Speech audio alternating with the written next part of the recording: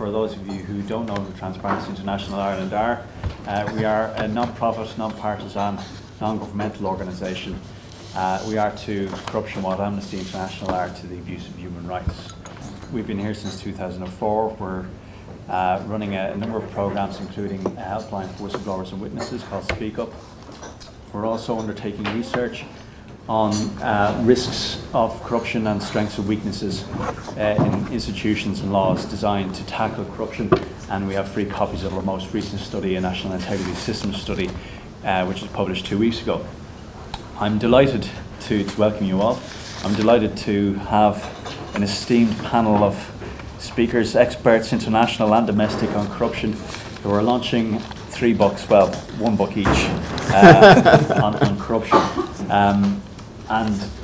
We are joined by Imelda Higgins, who is launching Corruption Law, which is the first book on corruption law, as you might have guessed, in Ireland.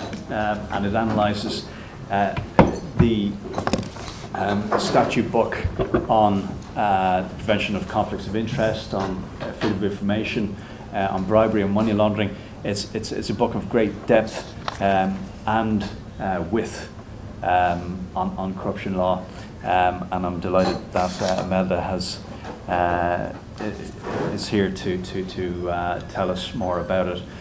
We're also joined by Frank Vogl. Frank is launching his book tonight in Ireland. It's already been launched in the US and the UK, Waging War on Corruption, and it provides us with a view of the front line against corruption. You get the sense that you're in the trenches in the war against corruption.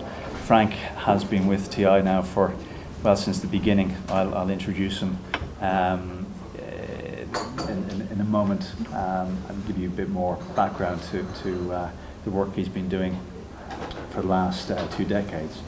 And we're also joined by Laurence Cockcroft, and Laurence is launching Global Corruption. Sorry, this is the book that Frank has launched, Global War on Corruption. Laurence is here from the UK, and he has been covering corruption from a global perspective in the same way that Frank has, and offers us an analysis of the political causes and the dynamics of international corruption, and offers us a bird's eye view of the link between corruption, organised crime and international commerce.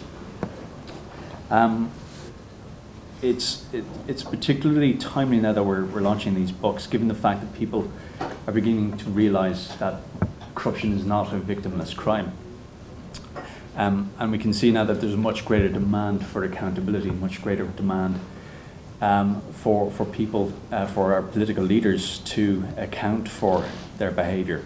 There's much greater demand for accountability from multinational corporations to account for their dealings, transactions overseas. And there's also much greater demand for solutions against corruption, and this is a theme running through all 3 books. And I'll just turn to Imelda first, who's been looking at solutions, identifying solutions to corruption here in Ireland. And Imelda, as many of you know, is a former legal counsel to the Mahon Tribunal, and also a lecturer in corruption law at Trinity College Dublin. She's one of the most knowledgeable people I've come across, both writing and practicing in this field.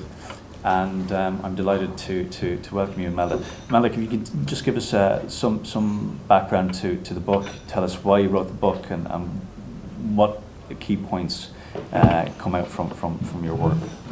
Well, first of all, John, I'd like to thank you for that lovely introduction. It reminds me of the saying in the Kingdom of the Blind, the man with one eye is king.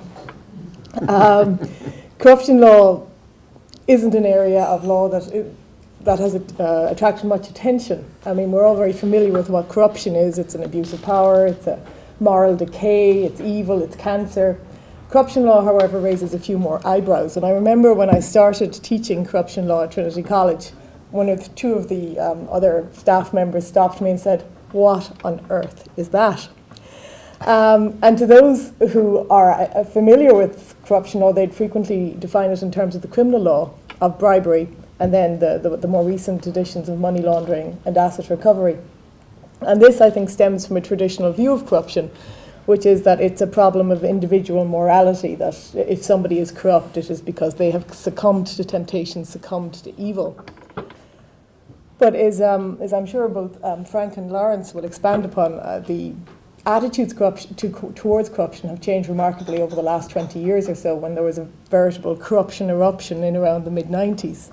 And because of the research done since that time, corruption is viewed as much a problem of systemic failure as individual morality. And that change in emphasis on what constitutes corruption or what leads to corruption has changed the legal approach to dealing with corruption, and it has moved it outside the realm of bribery and other criminal offences to encompass other measures, such as, in particular, transparency and accountability measures. So this book takes that kind of holistic approach to corruption. Corruption essentially occurs when you have a combination of both incentive and opportunity. And transparency measures remove much of the opportunity for corruption. So basically, chapters 2, 3, and 4 of the book look at conflicts of interest, political finance, access to information, while chapters 5, 6, and 7 look at the more traditional aspects of corruption, namely bribery, other related corruption offences, money laundering, and asset recovery. So finally, to answer the question that John asked me, which is, what is important about this book? Well, firstly, it benefits from being the only book on corruption law in Ireland. And the lack of competition is always an advantage. Secondly, it attempts to put Irish corruption law in its international context. In particular, it looks at the theoretical and international approaches to combating corruption and relates the Irish domestic measures to that context, and it identifies its strengths and weaknesses from that perspective.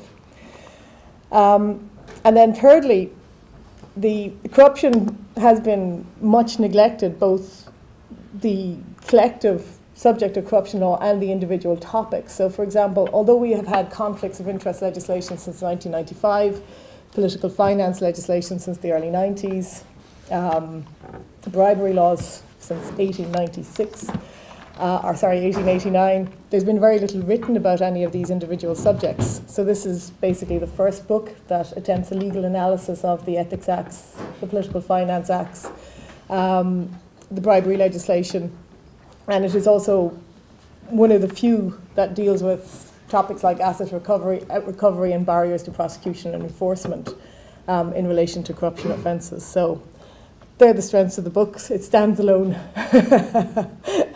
So thank you. Thanks, Imelda. Laurence has been with TI since the outset. It's one of the founding members and a former chair of TI UK. You're a development economist by training as well, and you've been working in the developing world for some time now. We were at the launch of the 2 books in Brazil recently at the International Anti-Corruption Conference, and we had a debate between you and Frank on whether we were winning the war against corruption. You take quite a pessimistic view, or am I oversimplifying the thrust of your book? Can you tell us a bit more about the background to the book, or the key findings, and why you think we might be struggling in the war against corruption? Yeah, no, certainly. I'm also like to say I'm very glad to be here, and thank you very much to John and TI Ireland for inviting all of us. My book, in a way, relates to what Imelda has been saying, because there has been a most amazing arrival during the last 20 years of institutional change on the international scene that can be attributed to a variety of sources. But we've had the OECD Anti-Bribery Convention, which theoretically meant that all member states of the OECD had to criminalize bribery by any of their citizens or companies in another country. we've had the United Nations Convention Against Corruption, and we've had numerous corporate initiatives where companies have apparently signed up to take measures which would minimize their own ability to implement any form of corruption. And then we've had various governments who have come to power claiming to reverse the corruption that characterized the previous era. My book, in many ways, tries to put all this in context and raise the issue of why it is, in spite of all these changes, that corruption is still very prevalent, not only in our countries, Ireland and the UK, but actually also in many parts of the world. I think my personal journey, in a way, if I can make an admission, is now, I think I was guilty, like a lot of other people who were involved with TI in the early days, in the early 90s, of still seeing corruption as something of a spectrum, in which corruption was much worse and different in the South and other parts of the developing world, and really not too bad on the whole in Europe and North America. I now see it as really part of a spectrum in which all our countries are to some degree corrupt. It's just a question of how corrupt, what steps society is prepared to take to address it, and whether or not there is a sense of forward movement. I would say that the great insight of TI in the first place was to recognize that a lot of large-scale corruption involves 2 or 3 players. So right from the start, rather than inveigh against corruption in a country like India or Nigeria, TI was built on the basis of recognizing that large-scale corruption involves players in the north as well as the south, frequently corporate players. So I won't attempt to summarize the book, but I will just explain in response to John's remarks why I think that the drivers are still very strong in spite of these institutional and regulatory changes. So my list of main drivers, first of all, is at the level of petty corruption. And I think if you consider the kinds of corruption that really impacts on the world's poor, people who are the really receiving end of the global economy, then we can see that that must involve at least a minimum of 2 billion people whose lives are hemmed in by various forms of corruption. So the notion that you can access services like health, education, and any form of upward mobility is actually challenged by the level of very small-scale corruption, which means those services are rendered ineffective. So if we relate that to the Millennium Development Goals as the world's idea of how we're going to solve global poverty, or the criteria, I argue in the book that we won't reach those goals unless we address the way in which petty corruption impacts on people's lives. And my second driver, which I think is the most important driver of all, is political funding. So the way in which party finance occurs in nearly all of our countries, but certainly in countries which are endemically corrupt, is a very powerful force for corruption, because parties are often funded from corrupt sources. They then let's say they gain power, and then it's payback time for the investors who invested in that political party, who expects then a round of corruptly awarded contracts. So there's a kind of vicious cycle going on, which is very, very, very serious, and is an explainer of a lot of the big deals that we read about in the press, like the South African arms deal in 1998, the Tanzanian arms deal involving BAE Systems of about 2003, and a number of other mega cases like that. And then my third issue is organized crime, and the way in which organized crime intersects with political corruption. Very often, certainly in the way the world addresses organized crime, that is seen as a different issue to corruption. But actually, in many countries, organized crime is very close to the political system, and sometimes is calling the shots. So you look at Mexico at the present time, the drug cartels, which have become so powerful and were responsible for 50,000 deaths last year, actually are driven by the cartels and the relationship between the political system and the drug cartels. So that's an example of that. And then finally, multinational companies, who are to some extent, I would argue, behaving rather better than 20 years ago, but are still engaged in various practices which make their life very, which contribute to the dynamics of corruption, particularly in the area of mispricing, by which I mean transfer pricing, putting a product into exporting a product at a nominally at the world price, but actually doing it in such a way that the taxes paid in the exporting country are minimized, looking at ways in which multinational companies absorb illegally produced products like coltan in Eastern DRC, but timber is another example. 17% of timber imported into the US is from illegal sources, according to the American Forestry Association, which should be a reliable source. And so multinationals, although they may be improving their performance on the bribery front, have actually still a long way to go in terms of whether or not they're really assisting in this whole process. So that's a comment on some of my underlying drivers and why I think that the international regulatory system hasn't moved as far as it could have done. But I'll come back to that in the discussion, because I know you want to have snapshots, John. Yeah, thanks, Laurence. No, it's a fascinating analysis of the problem and offers a fresh insight into the linkages between international business, corruption and organised crime.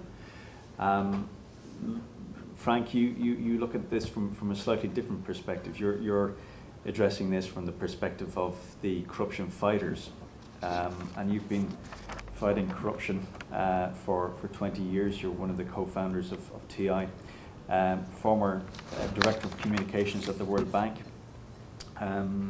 You're a communications specialist by training. I think that comes across in the book. It's written almost as a memoir. You feel like you're in the front lines, as I said, in the trenches in the war against corruption. You take a quite optimistic view, and you're pointing to some of the key victories in the fight against corruption. Can you tell us a little bit about why you wrote this book, and what can we take from this book? Sure, yeah. Good evening, hello.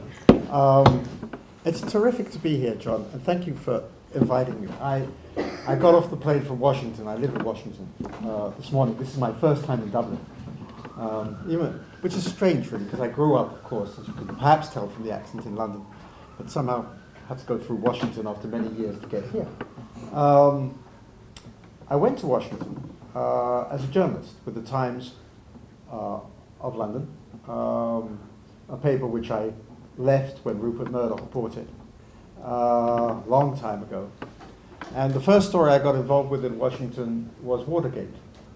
Richard Nixon was a few months still away from being forced to resign, and after he left, a whole series of investigations and hearings started in Washington about how did he get the money to pay for the crooks who broke into the Watergate building and created an organization called CREEP. Probably all forgotten that, but the Committee to Re-elect the President, CREEP, was funded by huge companies. And a whole series of investigations started that ended up with the revelation that the Lockheed Aircraft Company had bribed the Prime Minister of Japan to sell big aircraft. And that created a law called the Foreign Corrupt Practices Act in the United States, which made it a criminal offense for a company to bribe a foreign government official.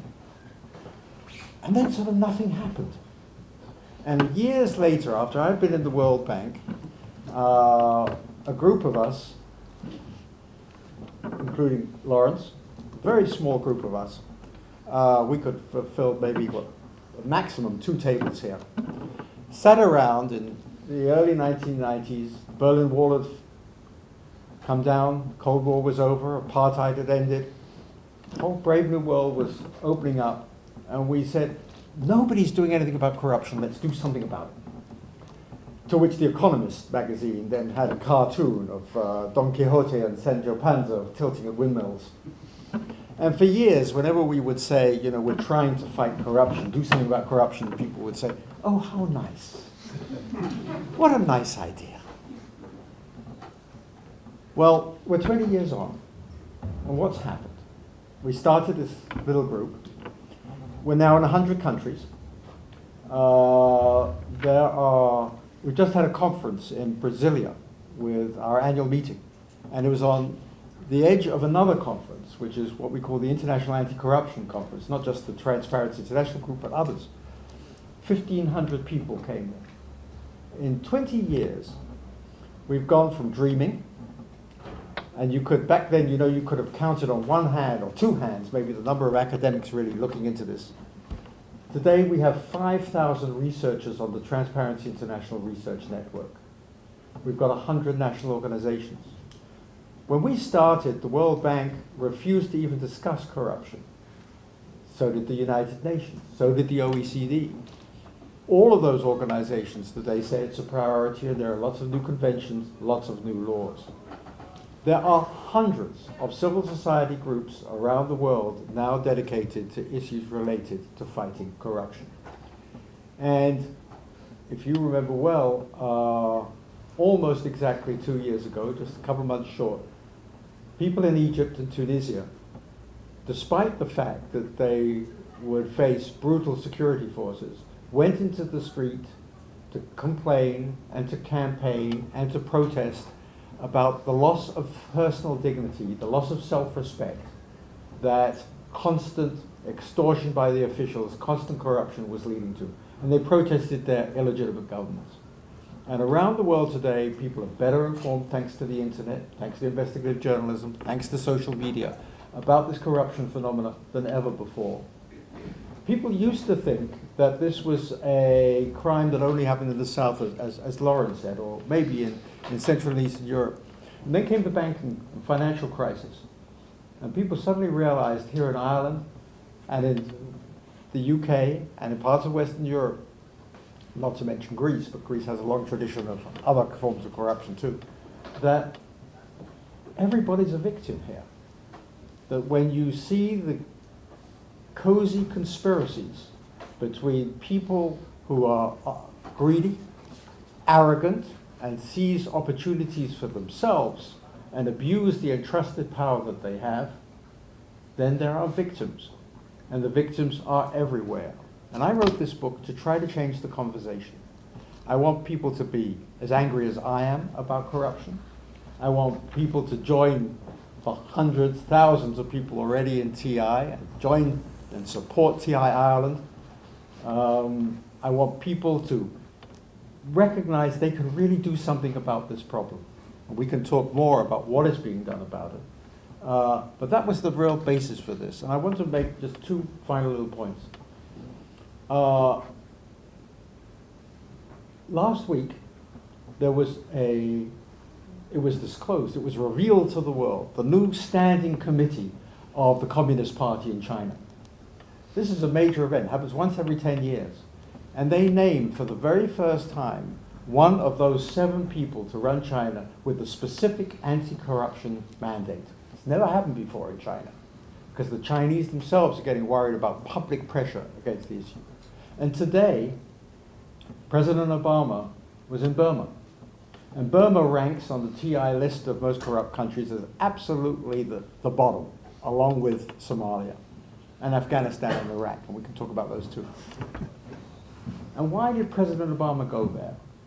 Because he understands that his personal presence can help to push the human rights, pro-democracy, freedom, security, and anti-corruption agendas. And they're all very closely entwined, and reduce, as a result, poverty in that very, very poor country. And so he went out and he did it.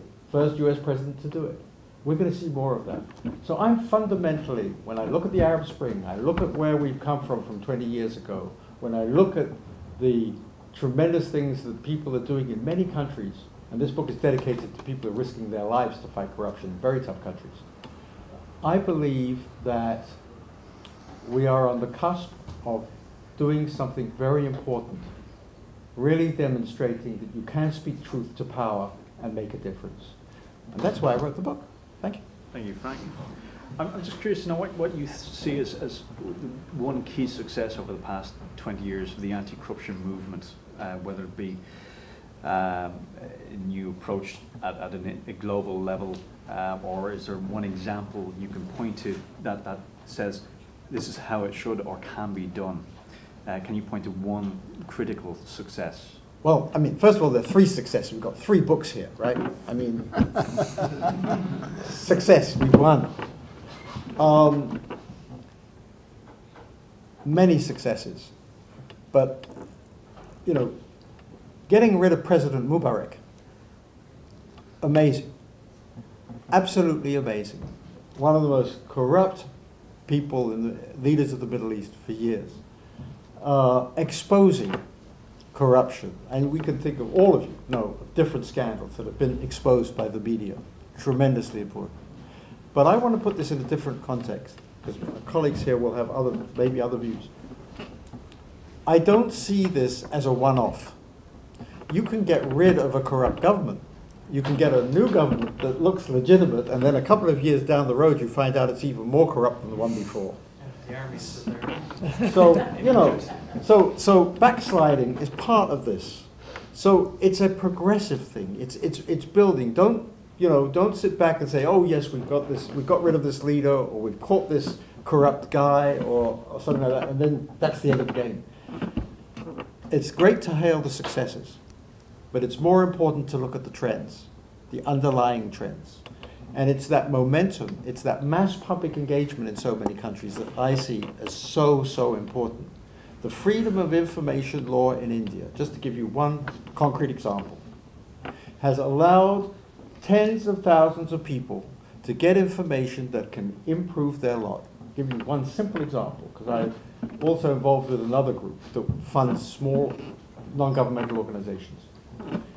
We gave some funds to very small organizations in India last year that trained very poor women in the freedom of information. Those women in their villages get vouchers that guarantee them a job, a public sector job. Of course, they go to the municipal building and say, I've got a voucher, where's my job? And they say, sorry, all the jobs have been given out. Now with the Freedom of Information law, with their training, they go to the municipal building, they demand to see the municipal payrolls, to see who's been employed. They open the books, they find out half the people on the payrolls are dead. That the officials, of course, have pocketed the money. And they demand jobs. And they get jobs. Will they keep those jobs? Well, maybe another crook will come. So, you know, I'm not being complacent. We can't rest on our laurels here. But that's a success. And that's replicated thousands of times in India. And yet, as Laurence will point out quickly, because Laurence takes somewhat more jaundiced view of the whole outlook than I do, there is still a whole Everest to climb of corruption in India. So please, I'm not trying to suggest for one moment we are anywhere near solving this problem. But I do see the momentum, and I see many small victories that together build pressure. You equated fighting corruption with climbing Everest, and you said we're at base camp. Yeah. It's quite an apt analogy. We're at base camp, just so you understand. Base camp is about 13,000 feet, so we've got that high, which is fantastic. But we've got another 20,000 to go. So, and that's all corruption that we have to climb. Laurence, what do you see as some of the key successes over the past 20 years in the fight against corruption? I think that there has been a change in the behavior of multinational companies on the bribery front, not on the issues I also referred to of mispricing or transfer pricing, and not on the issue of the resale of illegally mined products. But I think that on the bribery front, on which TI has spent a great deal of energy since the introduction of the OECD Anti-Bribery Convention, we have seen, at least in the top 500 companies, or maybe several thousand companies, a change in their attitude. I think it's clear that bribery was regarded until, say, the early 2000s as a completely bona fide way of expanding market share. So if you look at, to take two very easy cases, Siemens and BAE Systems. Siemens and BAE Systems clearly had a strategy of expanding market share through bribery. And that's well documented. BAE Systems was found by the US Department of Justice to be guilty of effectively bribing in 7 different countries, including the ones I mentioned earlier on, South Africa and Tanzania. And Siemens eventually confessed, as many people in the room may know, about 3 years ago to having a slush fund of about 1.5 billion euros, and then ultimately it paid a similar fine of 1.5 billion euros, comprised of various judgments both in Germany and the US. And both those major companies have certainly changed their systems. Now, whether or not they're ever going to pay a bribe again is a much more open question. But I think that companies now are thinking very carefully would think extremely carefully about such a strategy, and would only do it through some very remote arrangement which is no longer going to typify their activities. Now, there is an important caveat to this, which is the remarkable fact, in my view remarkable, because those of us who've been following this were completely amazed that Walmart, of all people, was found guilty of consistently paying bribes in Mexico to expand their market share from 2002 to 2008, in spite of the Foreign Corrupt Practices Act passed in 1977, in spite of the OECD Convention, and in spite of the fact that in the US there are many verdicts on companies for paying bribes overseas which are very serious. So I have to qualify my own remark, but nonetheless I think that by and large we're seeing better behavior from multinational companies, and I would attribute that to both to civil society work, including TIs, and also to some kind of change of heart to some degree in government. In the UK we had a big struggle on the UK Bribery Act, which finally became law in 2011, and companies have adjusted in relation to that. How it's going to be in the medium term is another question. So that's one point on where I think we have made progress.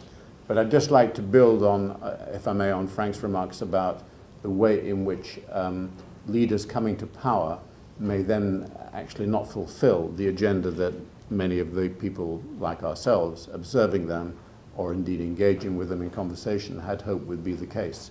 So if you look at President Fox elected in Mexico, if you look at President Lula in Brazil, I'll come back to that in a moment, and if you look at Obasanjo in Nigeria, in all of these cases, certainly in the case of Obasanjo, very well documented, he came to power for 2 terms, tried to run for a 3rd term, tried to bribe the Nigerian Congress to get him a 3rd term, failed, and was ultimately indicted by the Congress in Nigeria on corruption charges. So that was an extraordinary story in itself of somebody who had convinced the international community, including many of us in TI, that he was completely genuine. If I can just say something about Brazil before, John, I'm sure you want to move on. But Brazil has been a very interesting case because President Lula did a great job as president and stepped down 2 years ago in favor of Dilma Rousseff. But in the course of, at the end of his first administration after 4 years, in order to get legislation through the Brazilian Congress, he had allowed, or his private office had allowed, a system of bribery to pay congressmen so-called monthly payments, the so-called mensalão payments. This became very controversial then in the Brazilian press because it was exposed. 37 of those congressmen were found guilty 3 weeks ago of receiving those payments, and actually now are very likely to receive a jail sentence. So that's huge movement in one direction. On the other hand, it indicates that somewhere in the system, within the Brazilian political system, there is an assumption that payments of this kind can be made, and we'll have to see whether or not there's a change. But what I wanted to say was that Lula himself, who is a bit of a kind of above the fray now because he was such a distinguished president, has so far, none of this has, as it were, lapped up to him. But it's a classic case of where somebody who clearly must have known what was going on is so far above the law. So this is a really testing case for a country in an extremely interesting and dynamic moment of change, and it will be very interesting to see how it's resolved. But a lot of the problem in this kind of situation arises from the fact, and I think Frank alluded to this, that corruption is now regarded as a political football. So there are many countries in the world in which the opposition, as it were, makes a case that corruption permeates the current government. When we come to power, we'll be different. But actually, the use of corruption as a political football in political campaigns, I think, is proving quite, I mean, it's a necessary and a good step, but it also has its own dangers and contradictions. Can I just come to Imelda, because you pointed to the original Freedom of Information Act here in '97 and the Criminal Justice Money Laundering and Terrorist Financing Act as two important pieces of legislation. We've introduced a raft of new laws over the past 20 years. It's not clear to us whether the situation has got any better. What more needs to be done to address this problem here? Where are we failing? I don't think we have necessarily defined what level of corruption we're comfortable with. The goal of a corruption campaign is, unfortunately, rarely the elimination of corruption. It is it is really to prevent corruption from impeding government for the people, of the people, by the people. At a certain level, corruption is incompatible with democracy. At a certain level, corruption cannot be eliminated.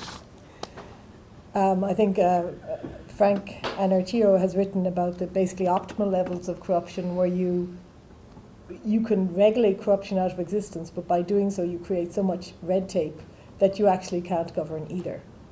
So what you need to do is fix the level of corruption which is consistent with good governance.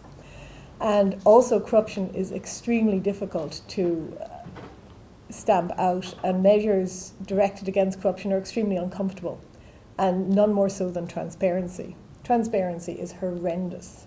There's nobody in this room would like to stand up and give a detailed overview of their bank accounts. I'm absolutely sure of it. Much less would you like to stand up and give one of your spouse and your children and your parents.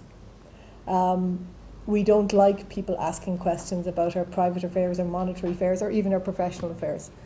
We don't like our judgment questioned. We don't like our mistakes being made public. And all of these happen with transparency and accountability. And at some stage we have to either accept that we are so uncomfortable with these things that we would prefer to embrace corruption than the remedies, that the cure is worse than the disease, which I would say is not the case. But we have to define what, we all think corruption is a bad thing, but how bad do we think it is, and what are we willing to do about it? And until we have that debate, then it's very hard to assess our corruption measures to see, are they doing what they're meant to be doing, because we haven't looked at what they're meant to be doing.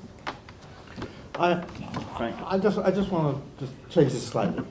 I mean, that's fine, and maybe, but if you want to go into public office, we're not talking about private people here. If you're going into public office, you should be transparent.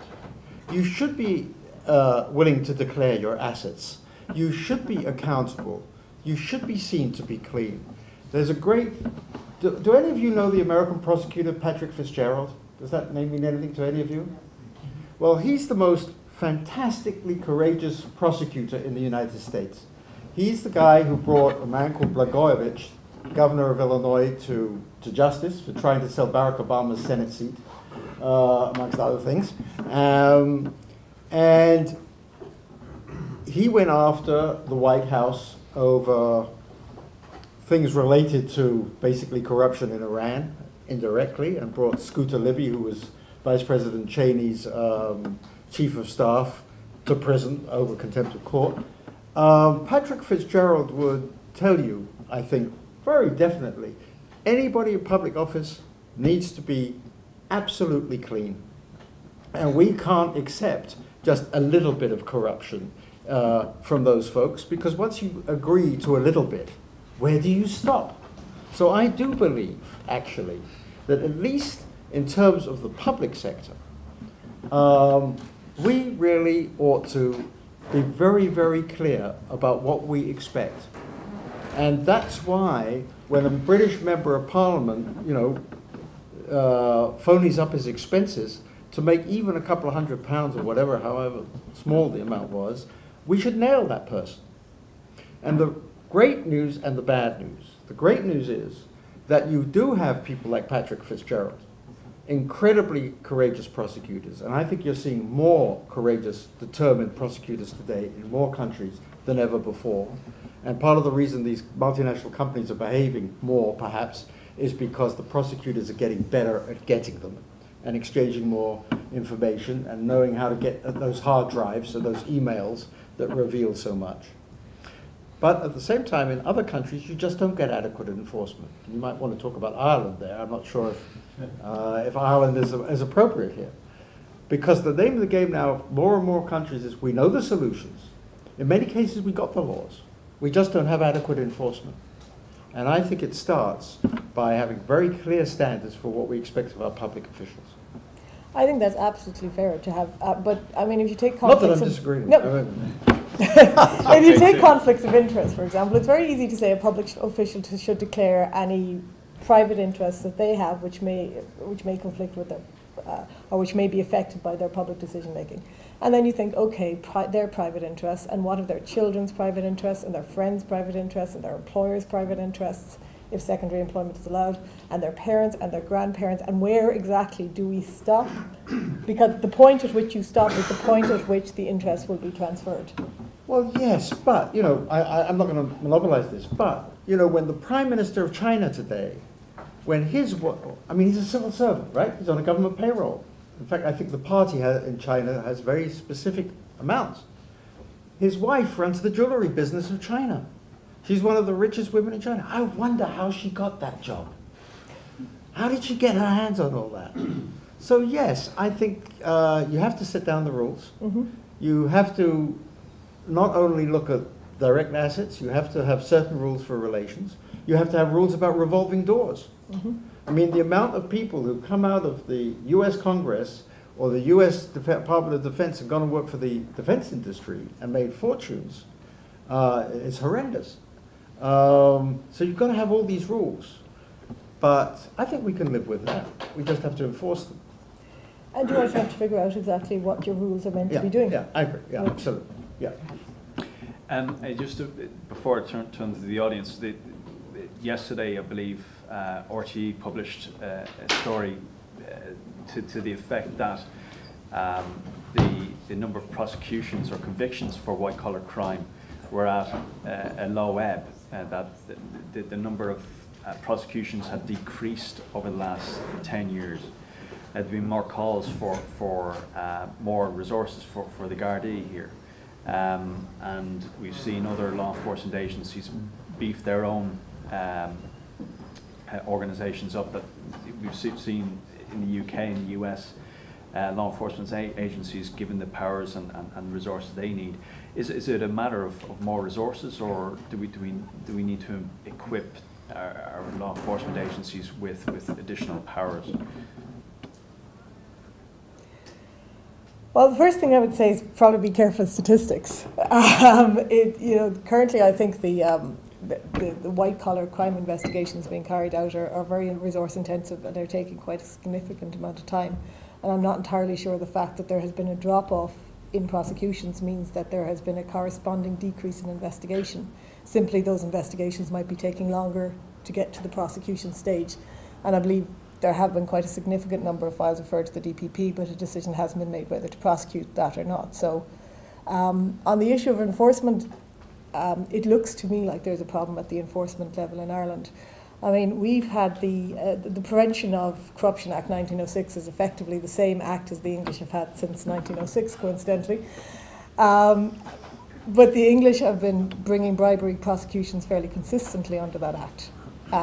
We haven't, at least until very recently.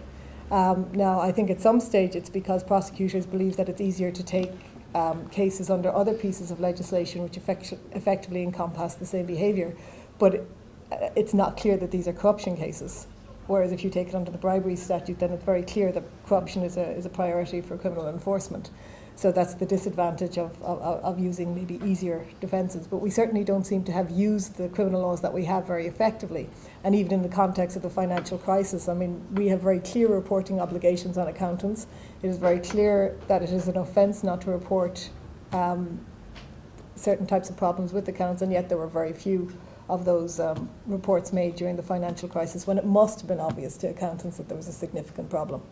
So yes, there appears to be a problem with enforcement here. I was struck by an example in Frank's book where you talk about the prosecution of Alberto Fujimori and Montesinos in Peru, and some 14 generals were arrested and convicted for corruption. The former Supreme Court judge, the director of public prosecutions. I'm not saying that corruption is on the same scale as it was in Peru in the 1980s, 90s, but I would wonder whether we'd ever see the same kind of will and energy employed in tackling corruption or holding those to account who might have been involved in it here. I just turn to our audience now. If I can ask you for questions and comments. Just a comment. I want to thank Imelda for writing the book in the first place. I work in the Department of Justice on corruption legislation, the criminal justice corruption legislation, and I often have to speak in international fora about the state of criminal law and corruption in Ireland. And now, instead of making it up, I actually have to so I had an opportunity to spend half an hour reading some of the book this afternoon, and the bit I touched on was fantastically well done.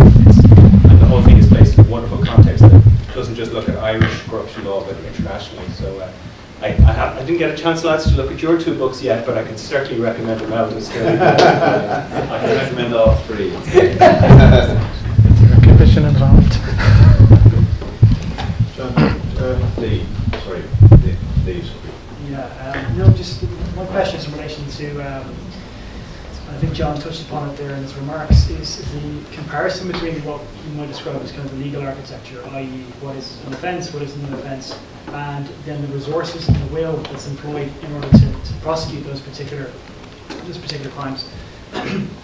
So Imelda, I'm just wondering, from your perspective, obviously your book compares the legal architecture, as it were, internationally, or puts Ireland's laws in that context.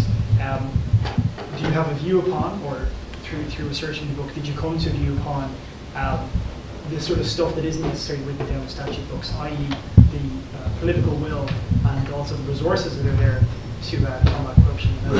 For the rest of the panel, just how important is that sort of mix to get right, both legal architecture, actual laws on the statute books, and then the resources used to prosecute as well?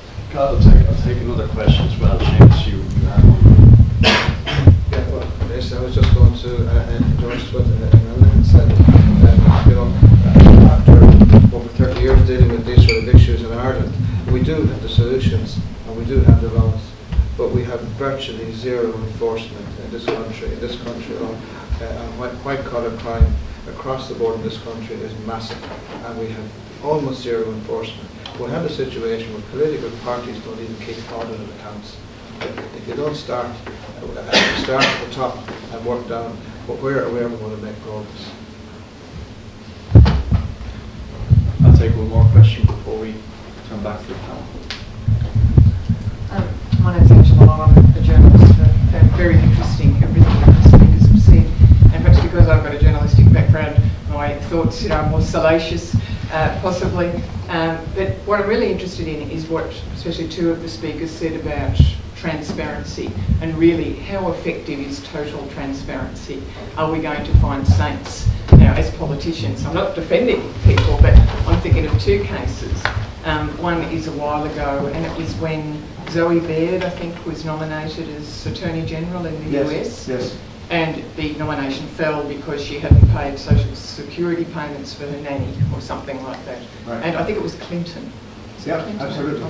Yeah. The other one is perhaps a little bit looser, but it's, we've all been reading about General Petraeus and General Reid and their misbehaviour, and a lot of the commentary, even in say the FT, has been, well, if somebody's private life is a mess, does that necessarily impact upon their public duties and behaviour? And that's something like journalistically, and I know Nuala here, who also used to work at the Irish Times, you'd often have these sorts of debates. Is it fair game to go to somebody because they've misbehaved in their private life? Does that show a failure of integrity and a failure of character? Sorry, this is getting a bit long-winded, but really it's getting back to, can you find transparency? And perhaps, Imelda, you were saying that's an acceptable level of misbehaviour. Do we have to go along with that? Well, no, I'll kick off. In answer to Lee's question, I think there are some very interesting approaches being taken in other jurisdictions that should certainly be looked at closely here. The closest example is probably the Serious Fraud Office in the UK, although that is currently having its resources cut and is encountering its own problems at the moment. Another model is the Independent Commission Against Corruption, that model, and that model, particularly, for example, the way it's run in New South Wales, is very interesting insofar as they have investigation and reform carried out within the same organisation. So, for example, the ICAC go in and they investigate possible corruption offences or incidences. Their prosecution may result from that, but also reform and review of the law and identifying where the opportunities for corruption arose and then remedying those opportunities. And because the nature of corruption constantly shifts, and more or less as soon as you have a law in place, then you have people trying to figure out ways around it. This constant review is a very important function, which obviously isn't carried out when you have a separation between investigation and review. And in fact, here I don't think there's any systematic review of our corruption legislation occurring. So certainly I would think there's much to be learned and considered from abroad, although there are disadvantages to other models as well, obviously. On the issue of the freedom of information, I mean, obviously there's always the possibility that freedom of information is used for prurient interest. And there's also the possibility that scandal is generated for scandal's sake and attracts attention from substantive policy issues that should better be debated and more usefully. But on the other hand, where you have somebody conducting themselves in a private sphere in a way that opens them to blackmail, extortion and other opportunities, then it's not necessarily a bad thing if that behaviour comes into the public sphere. You might want to. Well, I'd just like to say something on this question of government resources and the will to act, and just go beyond that a little bit. I mean, I think what's been said obviously covers that, but I think sometimes we need to go beneath that. And in many contexts, you have what you can describe as an embedded network close to a government, in which there are interest groups in sustaining forms of corruption which last over many years. And those interest groups may include representatives from organized crime. They may include representatives, say, from a particular sector like the arms industry, and they may include politicians. So just to give you what I consider to be a very interesting example of this, which is much discussed, but not everybody knows the background. There's a very famous lady, as I'm sure many of you will recognize in France, called Vogl, who was a very strong-minded independent prosecutor in the 90s, and she decided to zero in on a case involving the sale by ELF, French oil company, of French frigates to Taiwan. And this involved very large payments to various intermediaries. And the fruit of that deal was paid into an account in a company called Clearwater in Luxembourg. Just before I move on to Clearwater, I want to mention that, as a matter of fact, the current information is that that bribe to the Taiwanese was actually paid through Beijing. We're now talking about the 90s, we're not talking about last week, and that the funds were paid to individual Chinese senior leaders who then split it with the Taiwanese. I find this quite fascinating, but also extraordinary. So anyway, further sums were paid into the account of Clearwater, and I want to demonstrate how these things can ricochet over time. Because 2 years ago in the Sarkozy election campaign, when he was attempting to retain the presidency, he had fallen out in a big way, as many of you will remember, with Dominique Villepin.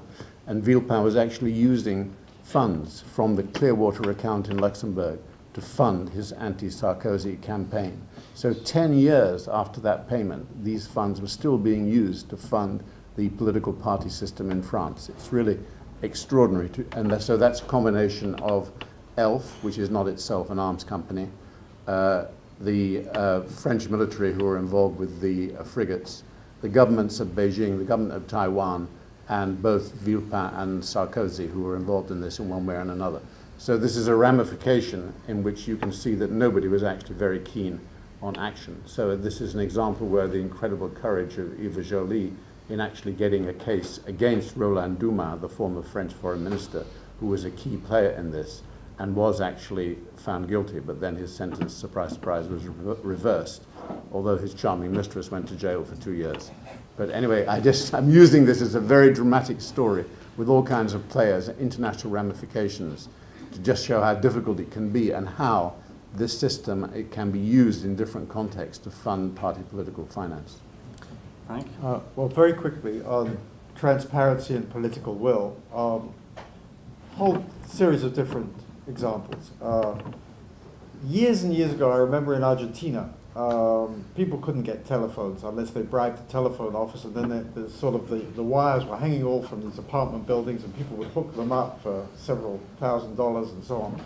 And you go and talk, and officially the government would say that there was absolutely no corruption in the telephone system. There were no illegal lines whatsoever. The whole sky, you couldn't see the sky for all these lines, but officially they didn't exist. So you had it. And as the Argentinian said to me at the time, we have all the laws you could possibly imagine against corruption, but we have zero enforcement, which comes to your point, really. And that's the case in many countries. Transparency laws alone are pretty meaningless unless there is enforcement. On the other hand, they can be meaningful. A couple of weeks ago, the Securities and Exchange Commission in the United States passed rules that will force all American oil, gas, and mining companies and affiliates in the U.S. and companies in those sectors that are listed on the American Stock Exchange, U.S. stock exchanges, will force all of them to publicly disclose the amounts that they pay to foreign governments. That won't end corruption in the extractive industries, but it's a start. Information is the key. If you've got the information, you can start to move on that. So it's extremely helpful, and that particular law is important. On the morals issue, I'd call it. I don't know. I mean, my book is about the abuse of public office for private gain. So I would not include Petraeus in here, nor Dominique Strauss-Kahn, who used to run the IMF, who had a different set of values, I think, to some other people. I must tell you, if you know, the comedy, the satirical shows in the United States are having a field day this week. I mean, I don't know if any of you know Tampa in Florida, but the expression, the Kelly sisters are now known as Tampa socialites. And everybody's looking, Tampa socialites? Yeah, it's a grubby story. It's really sad that this has happened. The really important issue, which is not an issue really, I think, of corruption, is the degree to which personal email can be investigated and publicly disclosed on a very thin pretext. And it is an invasion of people's privacy, I think. The Petraeus case is a very sad case. The General Allen case is even worse because, as far as anybody can tell, there's no wrongdoing. Although why there's 20,000 pages of emails between him and the Kelly twins. This is the Supreme Commander in Afghanistan, by the way. This is not some, you know, retired general. This is the guy who was meant to be and may still be the next Commander General of NATO. So there's a lot of interest. There's a lot of good satirical humor, but I don't think it comes really in the corruption issue. But where a corruption issue does come in, which is really important, is the question of evidence. The willingness of people to allege wrongdoing is very great, particularly in countries where the rule of law is, let's say, flimsy. And this is where we have to be extremely careful. It is incredibly easy, as you see in many, many countries, for one politician to stand up and sort of accuse the other of all manner of crimes. And it's easy then for the press to follow that up and basically reproduce and reprint those sort of allegations. And I've become, and the research helps here, very sensitive to this, because I think there is a huge amount of corruption, a huge amount of abuse of office, but at the same time, there is a willingness very often of people for political purposes or narrow purposes of their own to build up cases really without real evidence. And I think this is the real danger. Finally, let me just say, in many countries, the government determines what the law is and whether it's enforced, and the laws change for the convenience of those corrupt governments. Russia, the day after tomorrow, is a case in point. They've got a new transparency law for foreign-funded civil society. What that means is, with effect from November 21st, all civil society groups in Russia that get some funds from abroad, such as Transparency International Russia, will have to declare publicly they are foreign agents. Just think what that kind of law means. And there's a new treason law in Russia, which means the government can virtually haul anybody up, accuse them of almost anything, and it's punishable for up to 20 years. So laws are used in different ways to support, in fact, threats and restrictions on civil society. So, tough issue, but I hope as a journalist you'll follow this Russian stuff, and I hope you'll follow all of these cases against civil society, because people ought to understand what's going on. Thank you. Thank you, Frank. we've time for another round of questions if people have any. Esther? Yeah, so my name is Esther Lynch, I work at the Irish Congress of Trade Unions. I'd like to ask what you see as the role of auditors in all this. And is the system really, is a conflict within the system where the company pays for the auditor? Isn't that just so fatally flawed? And isn't this time to use this crisis to think of a new way of interrogating and making public the accounts? Because our own experiences is that even companies that people will be quite surprised steal even the workers' wages, or they go into some sort of tactical insolvency, and the purpose of that is to use the workers' wages to open up the new company. Of course, the poor worker left without their mortgage money. So particularly interested in what the role of auditors is in audit. Thanks, Esther. Can I quickly, just a quick answer there. Did you all hear that? The question was about auditors. The Enron case in the United States led to the criminal prosecution of Arthur Andersen and the demise of Arthur Andersen, leaving as a result 4 majors. The result has been, I think, at least in the United States, that the authorities are extremely reluctant to prosecute any of those 4, because they're already worried about if one more goes, who on earth is going to do the books of these huge, complicated companies. And so I think today the auditors have a very strong, they are defended almost by the government because people are worried about the public interest issues. I think it's very, very worrying, and I think, and the only good thing, if you will, is that in civil suits, people recognize the auditors have deep pockets, and so they often go after them. But I don't think that fundamentally changes your concern, which I think is a valid concern. Laurence? Yeah, I would like to say, I think it's a very interesting question, and I'm very glad you raised it, because I think this is one of the coming issues in the kind of global discussion about corruption. And I have to say, I mean, I'm certainly not an auditor. I have some claims to be an economist, but I mean, I am constantly amazed by the extent to which auditors are responsible for sets of accounts which then turn out to be, to some extent, phony. So there's a very fascinating case in India involving a company which you may know about called Satyam, which is basically a computer-oriented business whose assets were overstated by the equivalent of $1 billion, not rupees but dollars, and signed off by one of the big 4. And that is absolutely extraordinary. This came to a public light, and the government actually installed a new board of directors in Satyam, and more or less took it over because this was such an extraordinary dereliction of duty. And there was a further case involving Lukoil in St. Petersburg in the early 2000s, in which one of the big 4 then publicly announced that actually the accounts they'd signed off for Lukoil were indeed incorrect.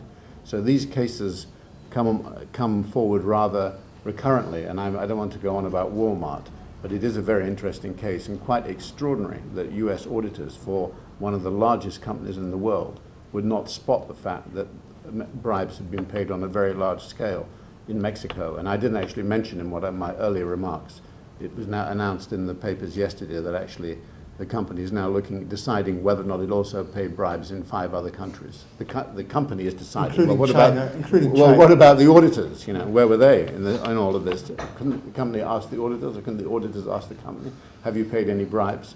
So this system seems to me to be rather shaky. And I want just to add one other point, because I think it's a really interesting area. And on this question of transfer pricing, which is also called mispricing, in which a particular product features in the accounts at a price which is useful in terms of minimizing tax. So you export, say, wood, timber from, say, Cameroon at $100 a cubic meter, when actually in order to minimize the profits in Cameroon, so you minimize the tax you pay in that country, then the consequent world price is, say, 150. The difference is held in a so-called secrecy jurisdiction and then passed on.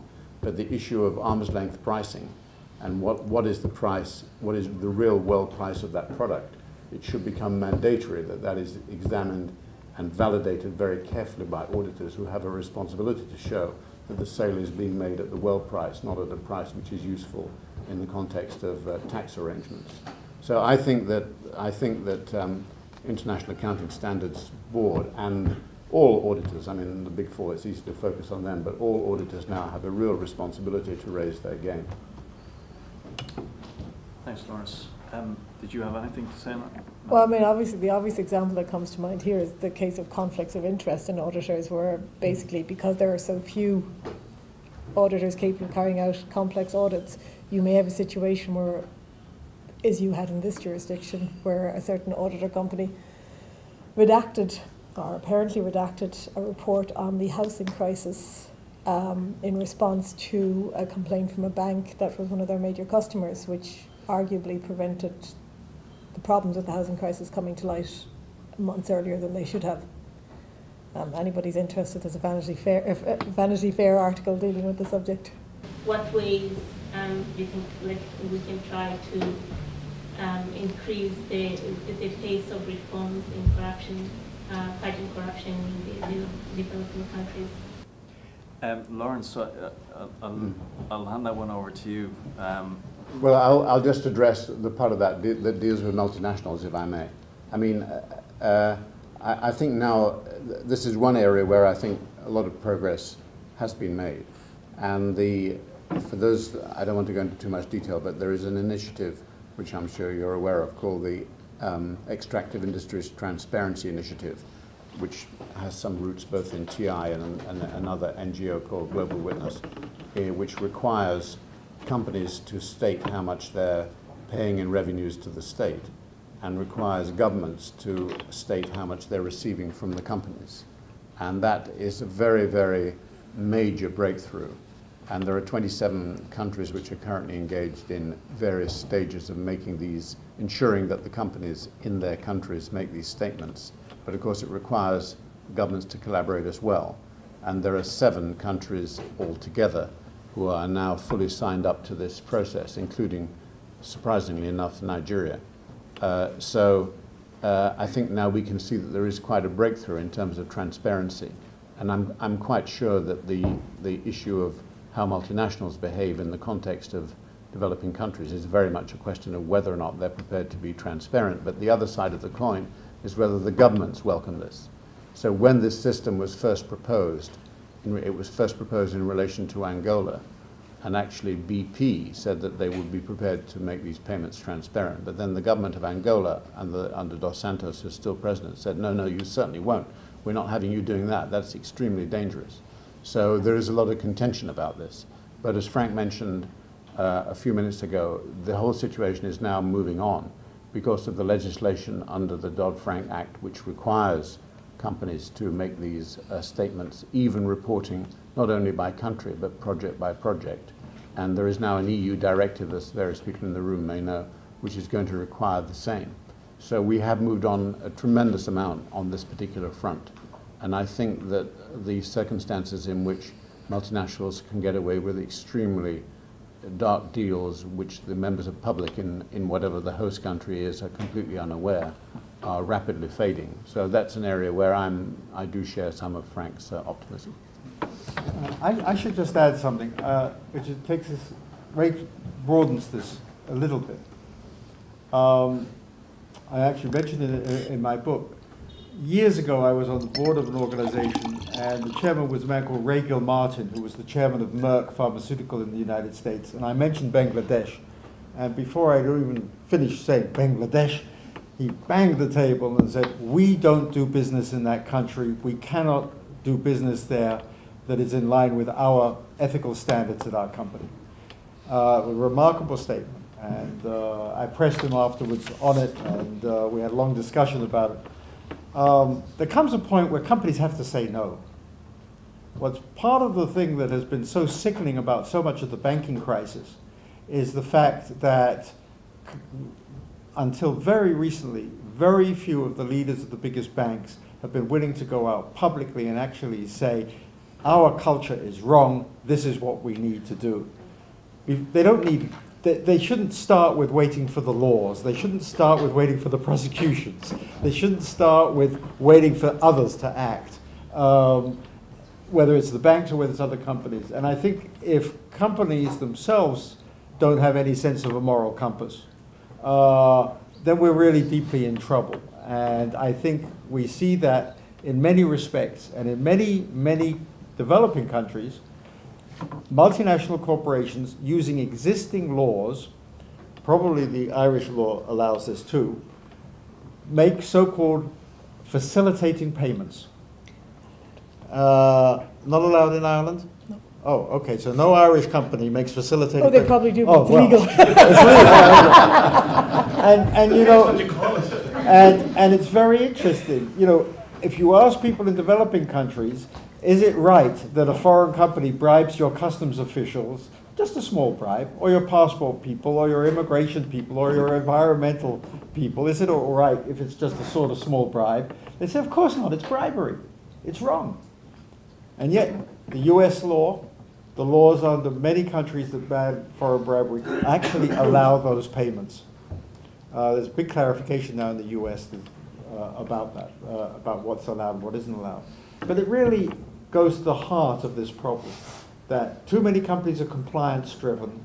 Too much of this discussion overall is about prosecutions, laws, whether we need more legislation, and not enough about the actual values that individuals hold and corporations hold. And if you've got a society where people don't wish to stand up for integrity and moral values and basic rights of social justice, then there will never come to real progress here. I believe that ordinary people are standing up more and more around the world, and I think that's having an effect. But that's where I think a lot of the discussion still needs to be in regard to your question. Sorry for rambling on. Excuse me, none of the people at the top of the bank think they did any wrong. So there's none of them going to be a payback. They're actually getting golden handshakes and getting bigger jobs. So like, that's ridiculous. They're not going to hand it. You're right. You're absolutely right. And bringing about, quotes, this cultural change, which is so important, really ought to be something that gets far more attention. Very interesting. A huge scandal led to the forced ouster of both the chairman and the chief executive officer of Barclays Bank very recently. Sir David Walker is the new chairman. He's written extensively about pay in banks. He's written extensively about the need for cultural change. Now we'll have to see if he does it. But he's almost the first chairman of a huge major bank who's taken office with a record of actually saying the banks have to start recognizing they better change. We'll see if it happens, but you're absolutely right. And people have died with medical conflicts of interest, and that's not highlighted. You know, so many times it's concentrated on the ethical problems of conflicts of interest, but sometimes the economic damage, and also people lose their lives with doctors prescribing drugs that they have a fiduciary interest in that drug company or that result. And I think that the publicity will help bring the transparency. I mean, you know, in a small thing in Ireland, in this side of the pond, we have a big problem with pensions at the moment. And unfortunately, it's acceptable for a pension trustee to also be the director of a company. And we have a pensions board in Ireland, and they do. This is Ireland's solution for managing conflicts of interest. It's acceptable for a director of a company to also be a trustee of the scheme, and you can't wear two hats at once. It's like the Enron auditors and Arthur Anderson. So are you sitting at the board table deciding whether you put more money into the pension fund as a director of the company? Are you sitting at the table as a trustee trying to act in the best interests of the beneficiaries? But that's acceptable in Ireland, and I think until that changes, I'm not negative, I mean, I'm positive, but definitions are important too. We say bribery and corruption. Well, you know, businesses always find other euphemisms, you know, commissions, finder's fees. In my own family business, I remember years ago the auditors told us that our sundry account was getting too large. So my grandfather just set up a new account called miscellaneous. So then we had miscellaneous and sundry accounts. So I do understand what bribery is and corruption, but I think sometimes, you know, I had a friend working for a pharmaceutical company, and when they exported to Libya, no container would leave the docks until the chief of police gave out all the facilitations, they were called. They didn't view that as corruption, but it trebled the price. Yeah. I think you should support TI Ireland. You know, they're working on I feel conflicts of very interest. badly You No, probably are. So someone brought up a similar point, although from the other end, at the other end of the scale, during the launch of our study a couple of weeks ago. Michael Smith, one of our former board members, pointed out that there's very little awareness, or there appears to be very little common understanding of what we mean by the common good or the public interest. And very little education about the common good.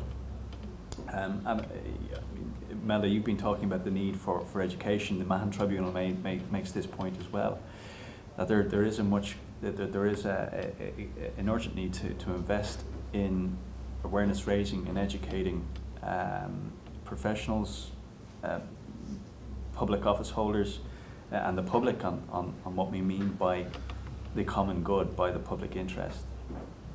I think there's very much a perception that ethics are something you're born with. You do what do as your conscience dictates, but ethics can be changed, they can be reformed, you can be informed, and a common ethical standard can be developed largely through education, training, and discussion. I think, Frank, is it you in your book, you make the distinction between ethics and standards? It's me, yeah. Sorry, Laurence. Lawrence makes a distinction between ethics and standards, and he said, well, if I'm saying this correctly, that that standards and ethics are not necessarily the same thing, and that ethics do not always inform standards, whereas they should always inform them. And education plays a huge role in that. And education also explains why we need cumbersome measures which are difficult to fulfill and add a couple of minutes to each task that you perform each day are necessary. So, for example, a duty to give reasons is extremely important in combating corruption.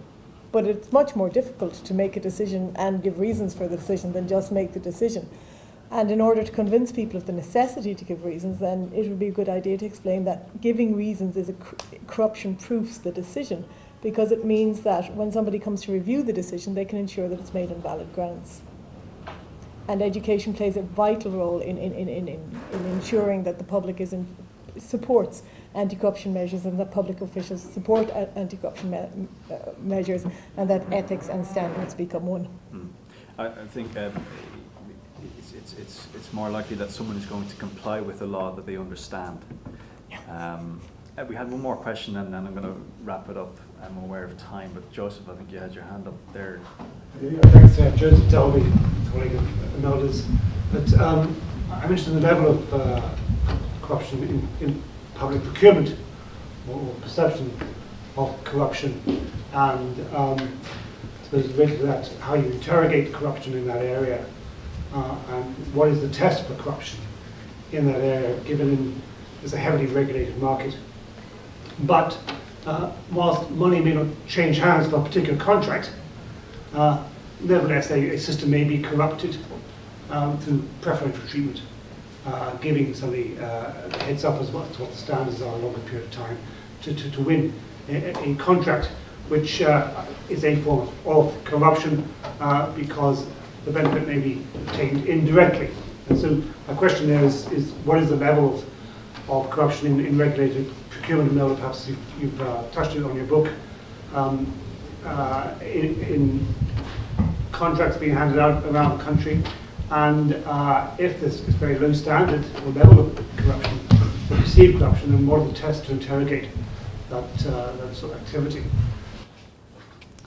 Imelda? It's not dealt with in my book. And I had a very interesting conversation with somebody last week on this topic, little of which I remember right now. So I'm going to turn it over to yeah, no, I'll say, I mean, it won't answer your question, but I'll just make a comment about something that's happening, I mean, on the international front there, which I think is very significant. And that's the issue of blacklisting, in the sense that companies which are found to have behave corruptly in relation to a particular contract by securing it for themselves or by somehow or other engaging in some form of corruption which gave them the contract, even if it's in the form of a cartel. There is now a whole kind of system of blacklisting on two fronts which are worth mentioning. One is between the international development banks like the World Bank, the Asian Development Bank and so on, in which if a company is blacklisted by the World Bank, it will also be blacklisted now. It has been agreed quite recently, this year actually, that all of those major development banks will blacklist the same company. And in some cases that can be actually in perpetuity, or it can be for a given period of 5 years, depending on the scale of the offence. So in the kind of big construction projects which are funded internationally, this is now getting quite a hot question. And as people in the room may know better than me, there is theoretically now a blacklisting process within the EU for public procurement. And I think that's a very powerful tool in this respect. But of course it does assume that either the bidders who lost the job or alternatively the procurement agency itself are willing to raise the question. So it does involve a degree of either of kind of whistleblowing or of retrospective integrity by the procurement agency. But I suspect we're moving on there. I think that there are kind of important steps. And then the other side, I mean, blacklisting is a kind of negative, but on the positive side now, especially in the construction industry, there are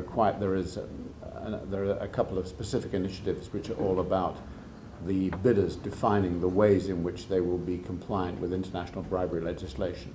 So in other words, you can't get shortlisted for the procurement. You can't even put in your bid unless you show that you are now compliant with various international measures which all relate to the OECD Anti-Bribery Convention. So I do think we're moving on in this area, but I'm sure there's still a tremendously long way to go. Just 2 points. I think it varies tremendously in different countries and different industries. Laurence is an expert on the defense sector. These major international defense contracts are completely opaque. When you take into account all the offset agreements and everything else, you know, just what's really in there and why this particular company got it as opposed to another one.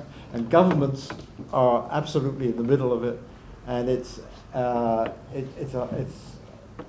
area, I think, rife of corruption. I don't know how you really unravel it. It's so complicated. The World Bank has instituted a blacklisting system for companies and investigates companies to look into procurement. But the worst cases of what you're talking about in many, many countries are at the municipal level, actually. And they may be of all sorts of public services. And I quote in my book a wonderful story from Chicago in 2004, where Mayor Daley, who was the mayor at the time, was giving organized trucking contracts to get rid of garbage, to get rid of waste. And the person who was in charge of it was a guy called, his name was John Quarters Boyle. He was called Quarters because he stole $4 million from toll booths in quarters. And he was the guy who was giving out the trucking contracts. And he happened to be on Mayor Daley's re-election campaign. And he was one of 47 people who was, in fact, convicted of rigging procurements in the trucking area in Chicago. And we find in the US, and I think in many, many other countries, time and time again, this kind of corruption, this kind of procurement contracting that's rigged, people wanting campaign contributions, people who are close to politicians for all sorts of reasons, and who then get contracts and give kickbacks, is very widespread.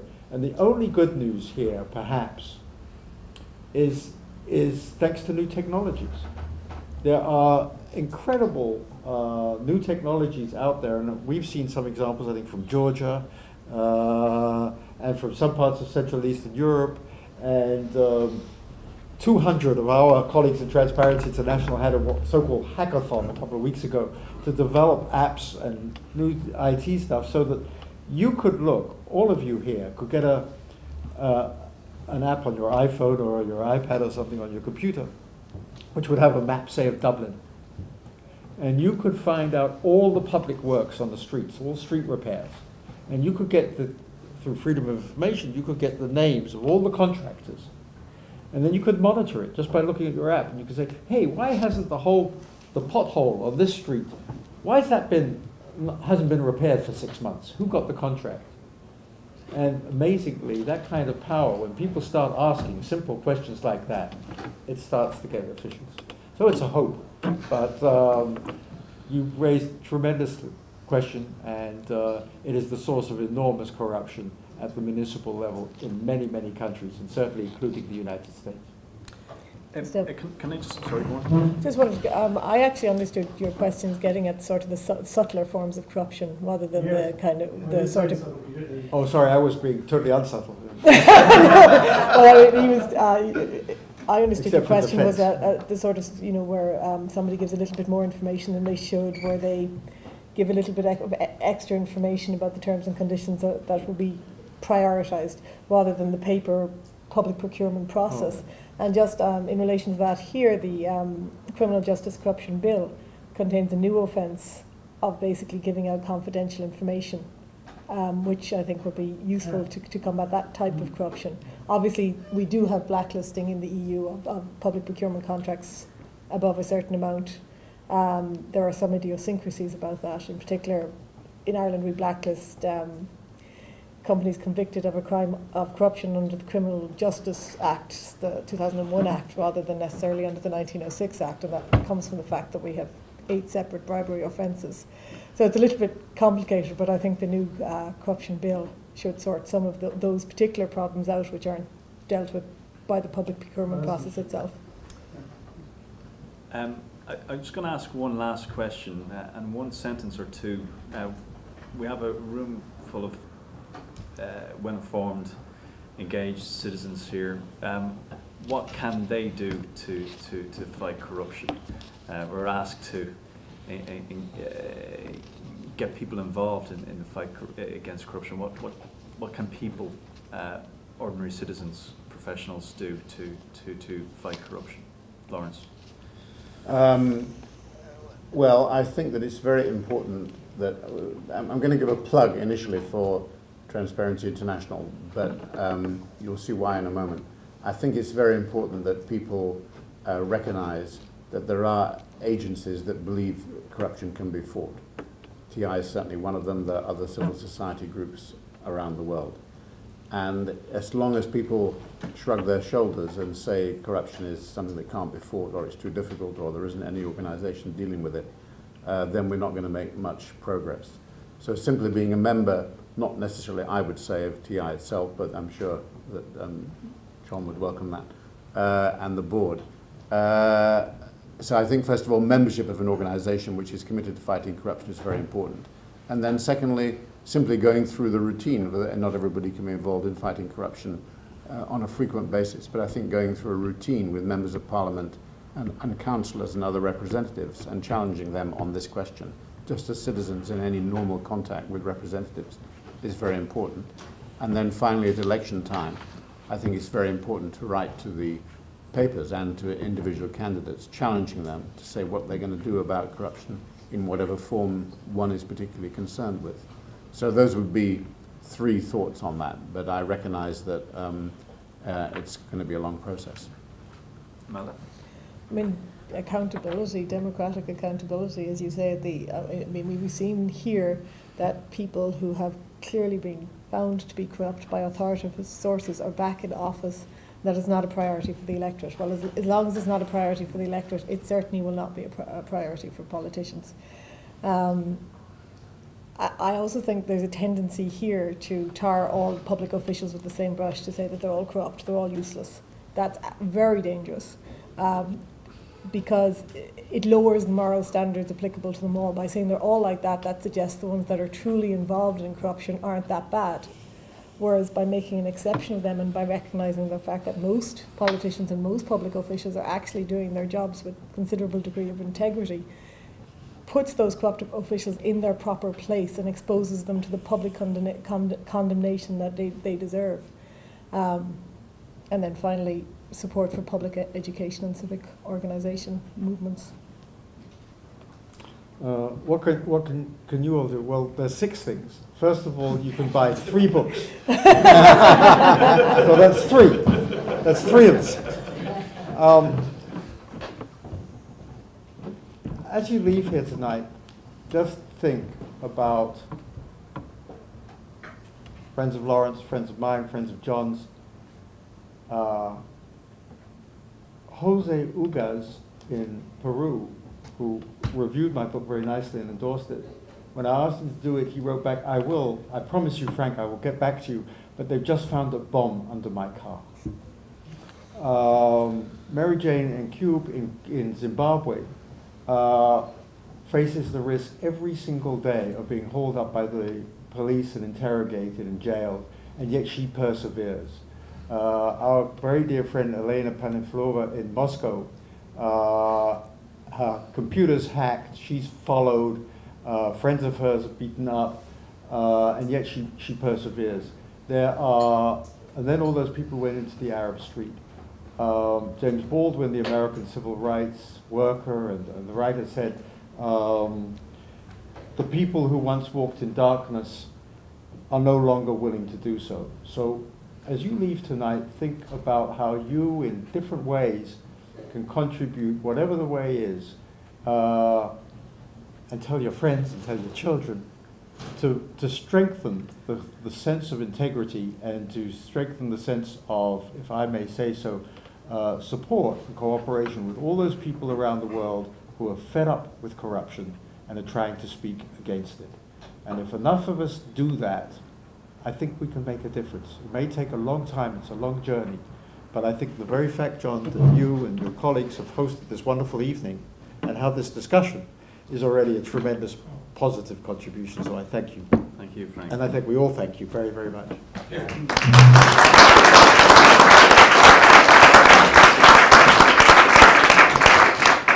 Thanks, Frank. It's greatly appreciated. I'm very grateful to all of you for coming out tonight, and I'm very grateful to the organisers of this event, Sarah Jane Brennan and Sandra Conway.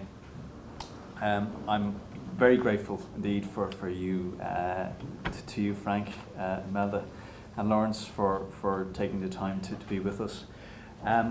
We have a small number of books on sale tonight. I think Frank will be more than happy to sign whatever copies there are here. Laurence, do you have any copies? I'm afraid I don't have copies. I'm afraid I only have flyers, and I have to ask you, those of you who'd like to buy it, to subscribe to my my flyer document where you can get the book from my publisher. I hope it will be in the bookshops in Dublin soon. Just bear in mind as well, there is a large discount for, for everyone. Can I just tell you, I printed this, it's all wrong. It says order in UK pounds, but of course you can order in euros. And if you say that you're associated with TI Ireland, and of course you all are because you're all here, then you get a 40% discount from my publisher. Otherwise get it from Amazon or get it from me. And Imelda's book is on sale as well, and you can pick up copies. Especially good bargain. It's all three come highly recommended, and I think if anything they show, they challenge the assumption that nothing can be done to fight corruption. Ladies and gentlemen, thank you for coming out tonight. You may want to join us for a drink, and join me in thanking our panelists. Thank you.